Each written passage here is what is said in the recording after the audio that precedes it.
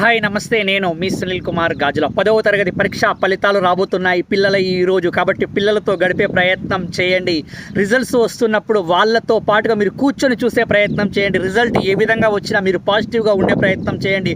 మీరు పాజిటివ్గా మాట్లాడే ప్రయత్నం చేయండి. ఎప్పుడైతే మీరు పాజిటివ్గా ఉంటారో వాళ్ళ లోపల చాలా ఆత్మస్థైర్యం కలగడానికి ఆస్కారం ఏర్పడుతూ ఉంటుంది. లేకపోతే ఆత్మ న్యూనతకు లోనైపోయి ఆత్మహత్యలు కూడా చేసుకునడానికి ఆస్కారం ఏర్పడుతుంది. కాబట్టి 10వ తరగతిలో ఫెయిల్ అయినంత మాత్రాన జీవితం అక్కడే ఆగిపోదు. 10వ తరగతి ఫెయిల్ అయిన ఒక విద్యార్థి ప్రపంచం గుర్తించే స్థాయికి ఒక క్రికెటర్గా ఎదిగి అదే 10వ తరగతి పాఠ్య పుస్తకంలో ఒక పాఠంగా తన యొక్క జీవిత చరిత్ర ఉందనే విషయాన్ని తెలియజేయండి. మీరు 10వ తరగతి పరీక్షలు రాసినప్పుడు మీకు వచ్చిన మార్కుల గురించి వాళ్ళతో డిస్కస్ చేసే ప్రయత్నం చేయండి. పక్క వారితో కంపేర్ చేసుకుంటూ ఉంటారు కాబట్టి ఎప్పుడు కూడా పక్క వారితో కంపేర్ చేసుకోకండి అని చెప్పండి.